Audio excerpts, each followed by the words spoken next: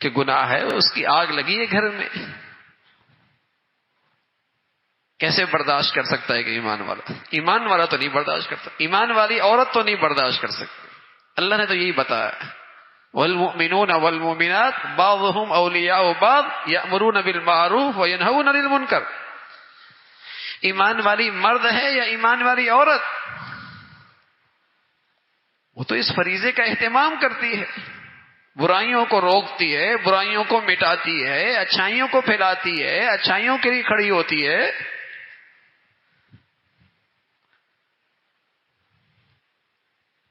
اللہ کی نافرمانی ہے، اللہ کا حکم ٹوٹ رہا، گناہ کی آگ لگی اور اسے پرواہ نہیں ہے۔ یہ تو بتایا کہ ایمان والی کی نشانی نہیں ہے۔ تو یہ بھی ایک فریضہ ہے میرے عزیزو، ہر شخص کو اللہ نے ایک اختیار دیا ہے۔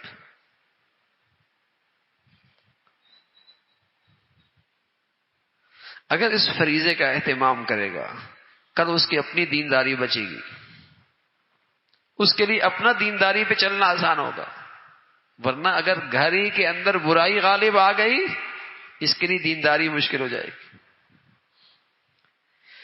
اس کے لیے نیکی پہ چلنا مشکل، نیکی کے مطابق خوشی منانا مشکل، نیکی کے مطابق تقریبات کرنا مشکل، نیکی کے مطابق زندگی گزارنا مشکل، اس لیے کہ اس کے گھر میں اس فریضے کی کوتاہی کی وجہ سے برائی غالب آ گئی، برے غالب آ گئے،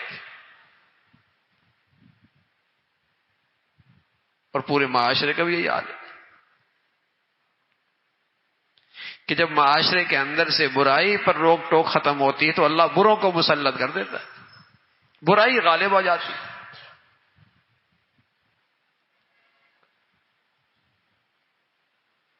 پھر برائی کرنا آسان ہوتا ہے، اچھائی کرنا مشکل ہو جاتا ہے۔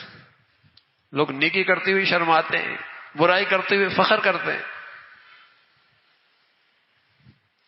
برا دندناتا پھرتا ہے اور نیکی کرنے والا چھپتا پھرتا ہے۔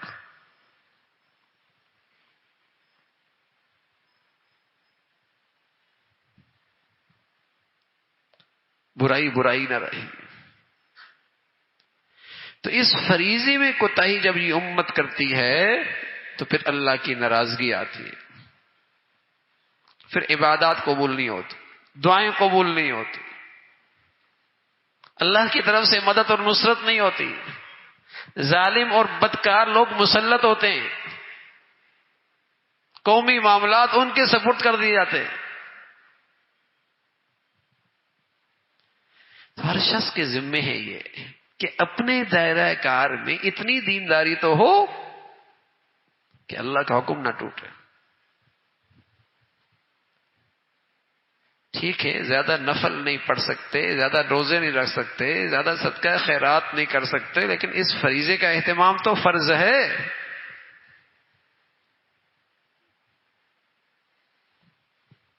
اس کی تو نحوست ہے۔